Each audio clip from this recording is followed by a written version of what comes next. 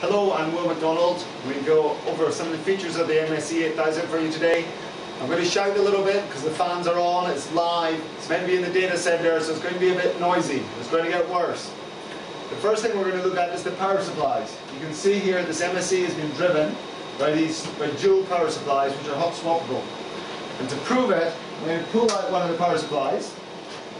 I'm going to see the MSE 8000 is now running on one power supply. Then put that power supply back in. They're smart power supplies that monitor the voltage, so it takes a little while for it to boot up. Now that the power supply is up and running. Next we're going to look at the fan trays. There's a fan tray here at the top and a fan tray at the bottom. We can pull those out as well. We hear the audible alarm. That's the MSE 8000 telling us there's something wrong. Fan trays can be completely swapped in the field. Shove it back in. And this really is noisy. Now, this MSE is fully loaded. We've got 2 media blades in here. We do that for fault tolerance. I'm going to demonstrate that for you by using the Tamberg 1700 up here. What we're going to do is we're going to dial into a conference. The number of the conference has been advertised in advance, and the number of the conference is 3491. We dial 3491 and it gets us into this conference. We've got some pre-configured participants in the conference that blast dialed out to them. These ones happen to be recordings to make this an easy demonstration. And if we look down here, we can see the lights on the media blade, indicating the activity on this media blade. So now I'm going to hang up from this conference. I'm going to pull out the media blade.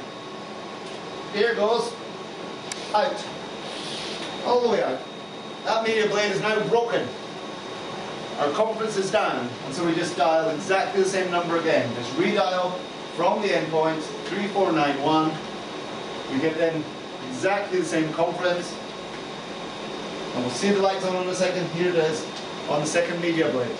So we can lose a blade, and the configuration just runs on the second blade, and you can have as many as you want, and you balance the load across them. If one doesn't fail, there's load balancing going on.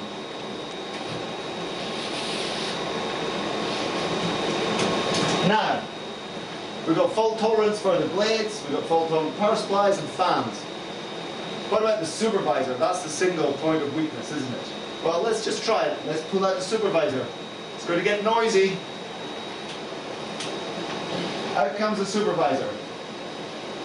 What we see is the conference continues to run.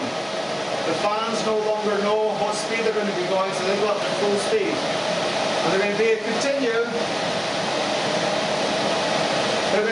at full speed until the supervisor reboots and puts the whole system back under control. Thank you very much. We pull out the other one. There it goes. MCU is still up and running.